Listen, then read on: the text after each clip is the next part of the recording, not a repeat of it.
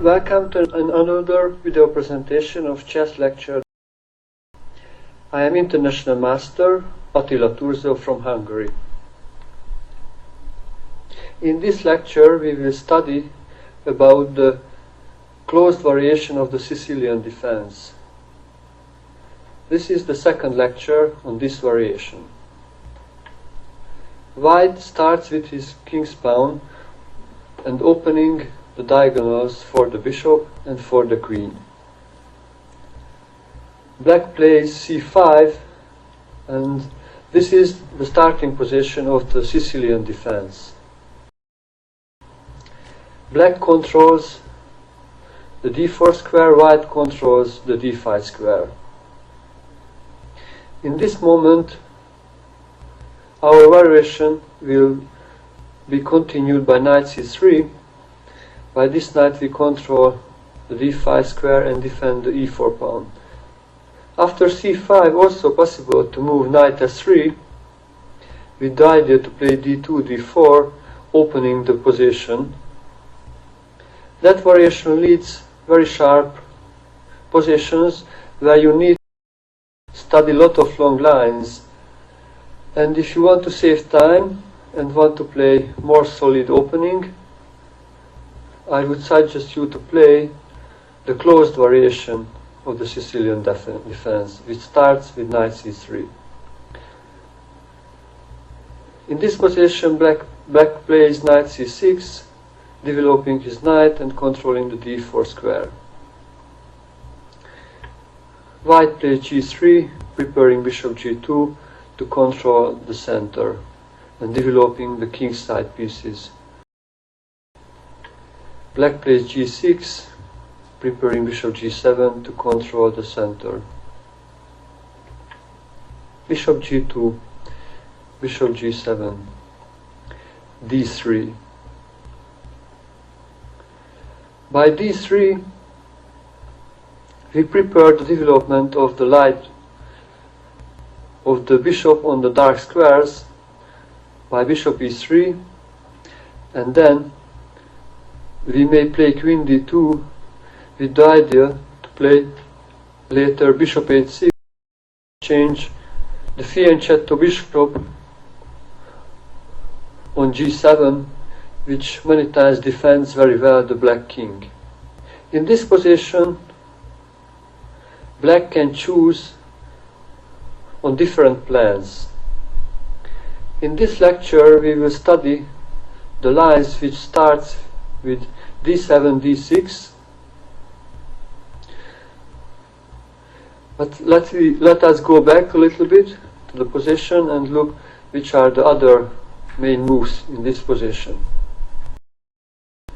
Black can play e7, e6 with the idea to prepare immediately the development of the knight to e7, and then later to play d7, d5 to attack the white center.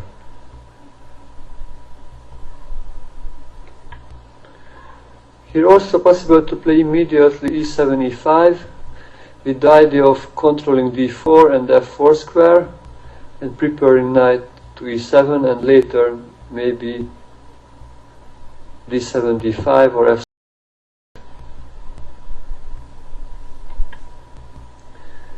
And the third move, the third alternative move is rook b8 with the idea of immediate attack on the queen side with b7, b5 and b4. But in this lecture we studied the lines which starts with d6, and after d6 we continue our original plan with bishop e3. And we play queen d2, and if the g8 knight develops to f6 or to e7, many times we play bishop h6. Especially most of the time we play to the bishop h6 line if black plays the knight on e7, because then the black king side can be very weak. Because if the knight develops to f6, then many times defends very well the h7 square, but from e7, the knight cannot defend the h7 square, which can be critical for black. In this position, black again have 4 different main moves. He can play e6 to preparing knight e7, can play e5 to preparing knight e7, can play rook b8 with the idea of immediate b5, b4 moves, or possible to play knight f6, which is the first line we will study. After knight f6, black may plan to play knight g4 and capture the very strong e3 bishop. Also, from f6, the knight supports the d6, d5 pawn advance in the center. Those are the advantages of the move. The disadvantage of the knight move is the knight blocks the bishop, blocks the g7 bishop, so it cannot control the d4 square.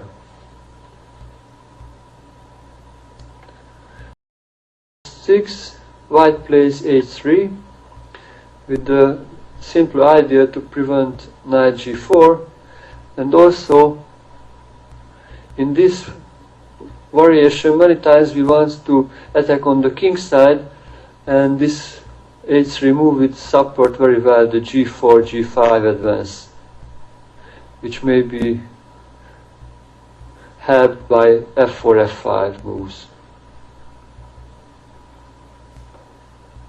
After h3, black can continue his development by castling. Now we could play queen d2 with the original idea of bishop h6, but because we played h3 already, then that would be losing time, because when we play bishop h6 we want to advance the h pawn, and also the f6 knight now defends well the king. So in this moment we decide to play differently, and we play f4, preparing knight f3, and we want a kingside attack.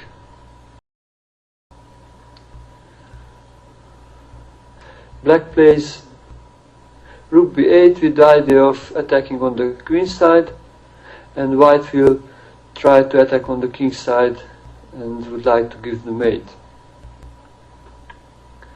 So knight f3, b5, castling king side, b4, knight comes back to e2, and many times this knight will support the attack from f4 from g3 square. a5, black continues his plan on attacking on the queen side. g4, white continue to win space on the king side, and by this move supporting the f5 move, or also sometimes advancing more the g pawn.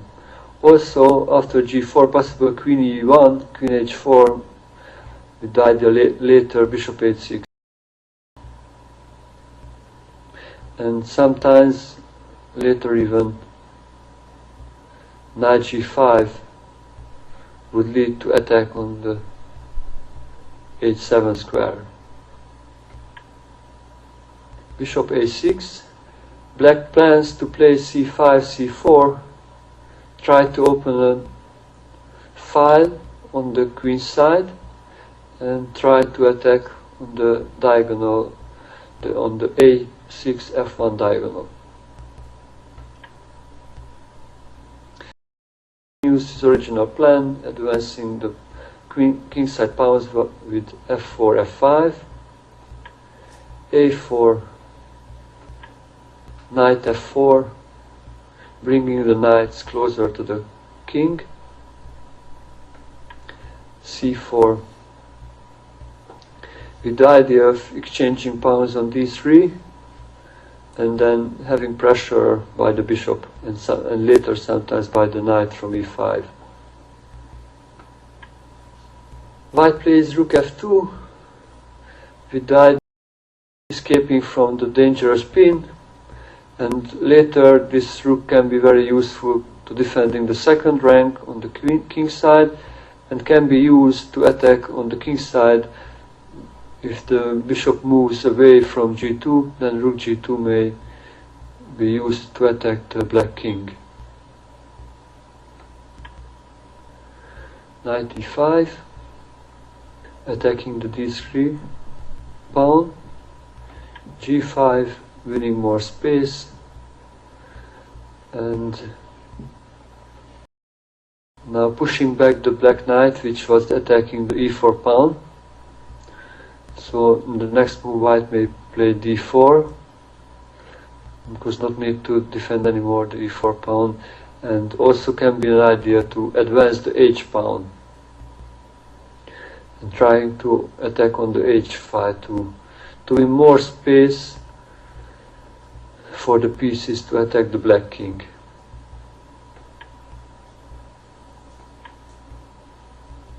Knight fd7, and then d3, d4. White wins space in the center. Black may try some trick, some sacrifice, with the idea to capturing on b2 and having a dangerous passed pawn, but white can easily prevent that by b2, b3 move. Knight takes f3, queen takes f3, and the queen joined to the attack on the king. Bishop to b7 to attack the e4 square. And best to move away from the pin by queen g4. Black may try to use the a5 by rook a8 for some attack, but then the best move rook a f1, move away from the a file, and rook a5.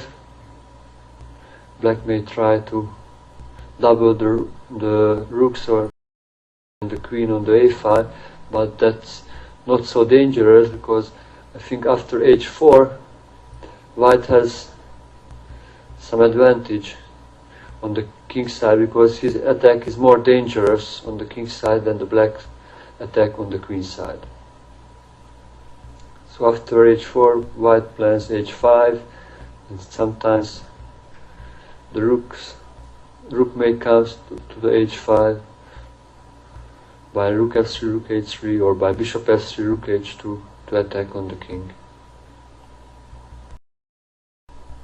So this was the line when black started with knight f6 move. We can go back some moves and look the other possibilities for black. The next variation which we will study is the rook b8 move. By rook b8, black plans b5, b4 to win space, and he did not decide where to develop the g8 knight. It can be developed later to f6, or after e6 or e5 to e7, and waits for white's plans.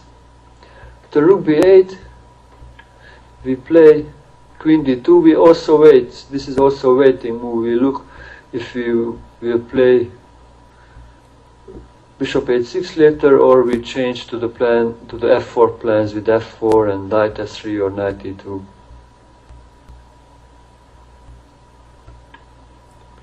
b5, knight ge2, still waiting, still possible later f4 or bishop h6.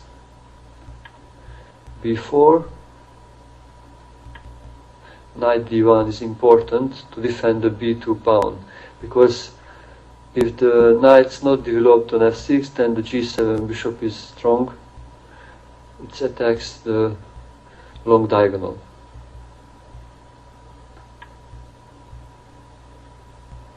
Black may play e5 to prepare knight to e7, controlling the d4 and the f4 squares.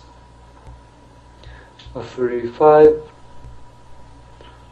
I think now time to decide about the plans, and I think now the best is to play for the f2, f4 moves.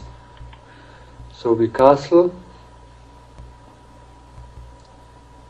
with the idea of f4, and still have the possibility of bishop h6 because our f pawn did not move. Knight g7, black develops his knight. Then we can play bishop h6, exchanging his bishop, which many times defends the king very well and controls the d4 squares, the d4 square. Black castles, we capture the g7 bishop, king captures black. And here we can make a typical move a3, a2, a3 to try to destroy the black pawn structure, because if black captures this pawn, then we would capture back with the rook, and then the a pawn would be weak. So black should play a5, and then we captures on b4, black captures back with the a pawn, and now we have an open a5, which not a big advantage, but sometimes it can be useful. And then we can continue with a plan which black plays the setup of d6, e5. Then many times we play for d3, d4, especially if we could exchange the g7 bishop, because after d3, d4 we would have a strong center, and if the pawns would exchange, or then many times d6 can be a target later. Bishop develops on e6. We can attack also the center with f4. Black defends with f6. Then our knight may come closer to the center, controlling important squares f5, d4 and c4. Knight a5, black threatening with a knight fork. We moves away the bishop to d1 and continue the plan of d3, d4.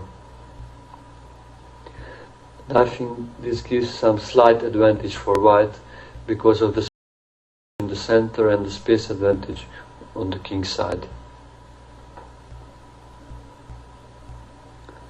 So this was the variation which started with rook b8 for black.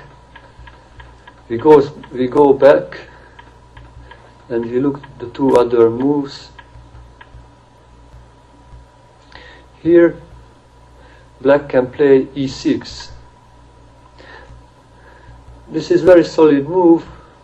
Black has the idea to develop the knight to e7 and then to be ready to enter with d6, d5, or if need, then stop the white attack on the king side with f7, f5.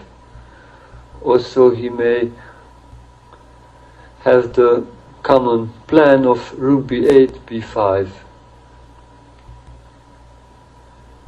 After e6, when black's plan to develop the knight on e7, then we play queen d2 with our original plan of bishop h6, exchange the g7 bishop, and maybe attack on the king side with h4, h5. In this position, black has two different moves, knight d4 or knight ge7.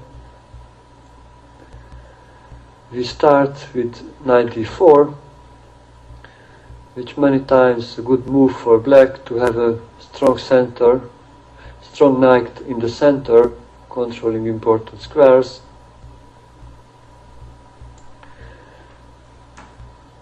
But this move is the best if white already developed one of the knights to e2 or on f3, so the black knight can capture that knight if it will be attacked by the c-pawn. So now we did not develop the knights on e2 or f3, so we can use that like an advantage.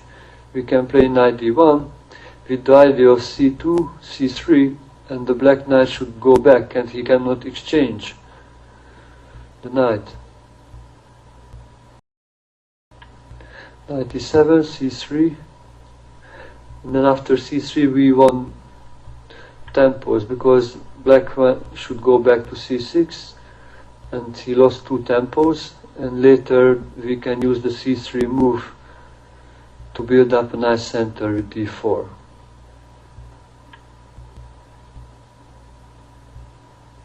After knight c6 we can play bishop h6 like the original plan, and if castling then we can attack on the king side with h4, play h5 and opening the file for the rook.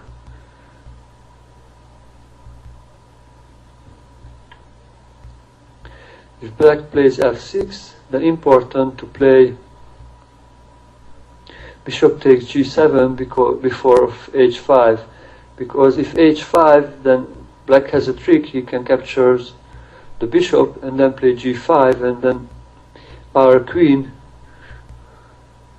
has no more moves, and black plans king h8, knight g8, wins the queen. So when black plays f6, most of the time white should capture the g7 bishop. So bishop takes g7, king takes g7, knight e3, attacking f5 and d5 squares.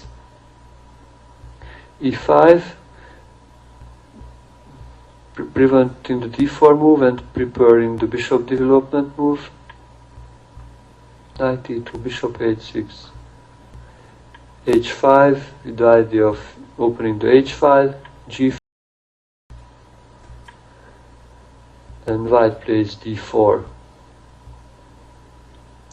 And white plans rook d1 to support the center attack and maybe attack on d6, and plans to play f2, f4, attacking on g5 and d5, and white has again a nice advantage because of the space advantage and the very well placed knights on e3 and e2, which supports the center attacking actions.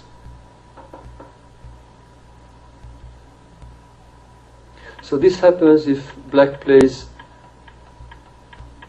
knight d4 early, but maybe the best move is knight ge7, developing the other knights. Then we continue the plan with bishop h6, and this position possible for black to capture the bishop on h6, but if he captures, then we capture and we prevent the castling, and we may plan h4, h5. This gives an advantage for white. So better for black to castling here, but you need to be very careful because we continue the attack with h4, and here he should play for f6. So bishop captures on h6, queen capture h6 and f6, with the idea of g5. Plays h5, then g5 gives a good position for black because the white queen has no square to move. So after f6, key move is to come back with the queen to d2. Black plays e5 again to opening the diagonal for the bishop. Then f4, we may attack immediately the center and controlling also g5 square and plans h5 pawn attack. So black may stop it with h5, then knight f3, king g7 to control h6 square, preventing the penetrating of the queen. Castling, and we plan rook f2, rook a f1, and have some pressure on the king side. Knight d4, rook f2, bishop e6, the other rook comes, queen d7. Then again we can use the idea if the d4 knight is only good if he can capture the knights when we play c2, c3. So first we move away the knight, and then we plan knight e1 and then c3, knight e3, and then later come with d3, d4 move. And this gives again a nice position for white. A small advantage.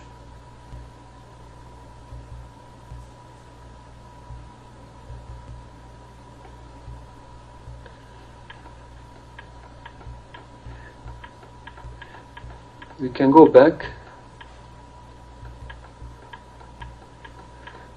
and look the last important variation of this lecture, which is e7, e5, with the idea of knight g7 and controlling d4 and f4 squares. After e5 we place queen d2 to be ready to play bishop h6 or to support the f4 moves. After knight g7 we can play bishop h6 in this position, or we can play f4, how in this variation which I selected to show you happened, f4. After f4, if black castles kingside, then we can develop our knight, and if black captures on f4, then most of the time we capture back with the bishop, with the idea of later possible to play bishop h6, and after castling using the f5 for the rook. In this position black also can play rook b8 with the common idea of the pawn queen side. Then we castle, and after b5 we can capture on e5, because now the c5 pawn can be a little in trouble. Black should capture back on e5 with the piece. Knight takes e5, knight takes e5, bishop takes e5, and with d4 we win the tempo and we force black to exchange the pawns. And then later we can use the d5 square with the knight and try to attack the d6 pawn, and this gives an advantage for white.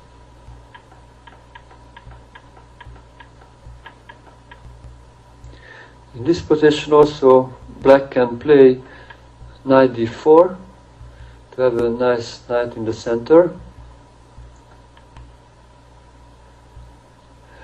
Then we castle,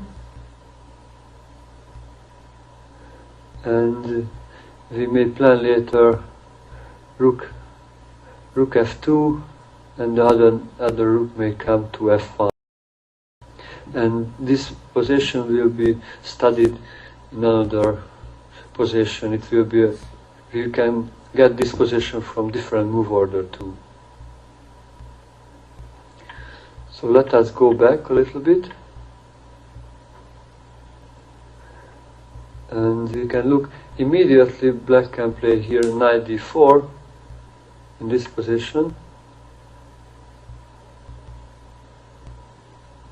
and this line will lead in different move order to the same position. After knight d4 we play knight, black castles and white castles also.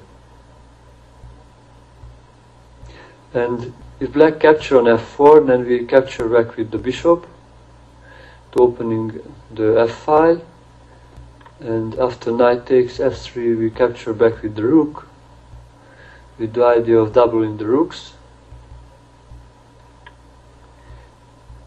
Queen b6, which is a strong move because it's looking for our king and attacking the b2 pawn, we play rook b1 defending the pawn, bishop e6 developing the bishop, then we come back with the bishop to e3 to neutralize the diagonal. After knight c6 the knight may come to d4 or to e5. We come back with the rook to f1 to prevent the tempo attack, and we plan to play b2, b4 to use the position of the c5 pawn, which is pinned. After knight d4 we prepare b5, b4 move with a3, c8, and we can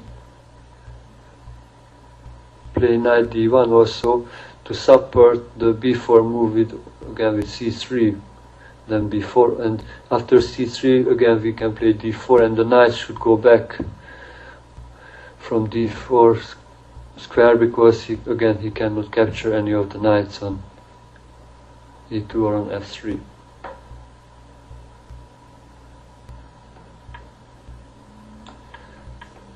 Let us go to the position which occurred after castling. Here black can continue the development with bishop g4 with the idea of queen d7, and in this position I think we should play very simply. We should play rook f2 to develop the rooks, doubling on the f file and have some pressure on the f file and on the center. The small space advantage on the king side gives advantage for white. Example, queen d f1, he takes f4,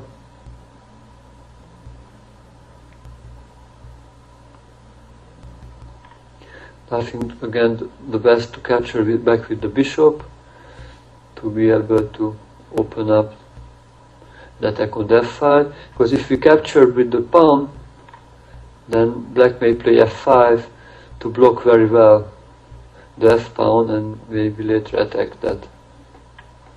So this is the reason why we capture with the bishop, and if black exchange the piece on f3, that simplify the position, but I think white still has some advantage. After b5, bishop h6, we exchange the strong g7 bishop, which would control the long diagonal and defend the king. So bishop h6, b4, bishop takes g7, kings take g7, and then we come back again to d1 with our common idea to play knight e3 and then c3, d4 to win space in the. I wanted to show you these lines about the closed Sicilian variation of the Sicilian defense in this lecture. I wish you will use this very well and win very nice games. And I would like to invite you to another video presentations and other lectures on the closed Sicilian defense, where we will study the lines which will be played after fifth move d3.